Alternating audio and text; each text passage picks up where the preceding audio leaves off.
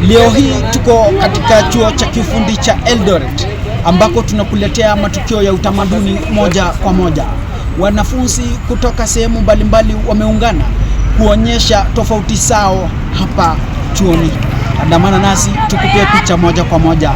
Mimi ni Abed Murungi.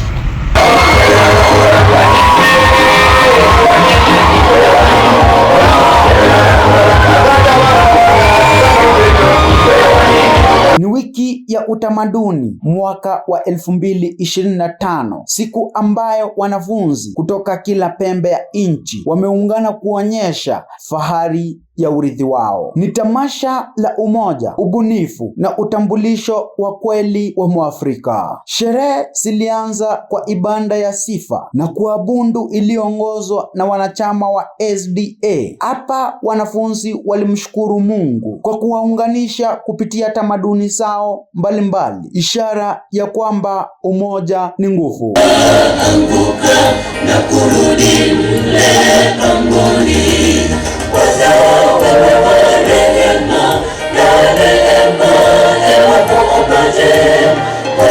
Hewa ilikuwa ya shangwe, kila mtu akicheza kwa furaha kuonyesha umoja katika utofauti. Ngoma za kitamaduni zikachukua nafasi zikiongozwa na South Rift, wakifuatia Weza, Western Student Associations, Luo Nyanza, Gusii, Kuria na Turkana Associations, huku kila kundi likileta ladha yake ya kipekee, kuanzia mundundo ya pwani hadi nyimbo za Nyanza, sikikukumbusha wote kuwa tamaduni ni uti wa mgongo wa jamii. Tamasha likazindi kupamba moto wakati wa chants, ambapo Turkana, Luo Nyanza, Uasin Gishu, Samburu, Gusii, South Rift, Kuria, Weza na Kamba Associations walionesha hari, sauti na nguvu za vijana. Shangwe na vigelegele vilisikika kila kona ya uwanja. Ni ishara ya fahari ya kuwa Mkenya. Kadri jua lilivyotua, hisia za ushindi na matarajio zikatawala. Vyama vyote vilifanya vyema, na sasa macho yote yameelekezwa kwa majaji ili kujua ni nani atakayekuwa mshindi wa mwaka huu wa wiki ya utamaduni wa mwaka 2025.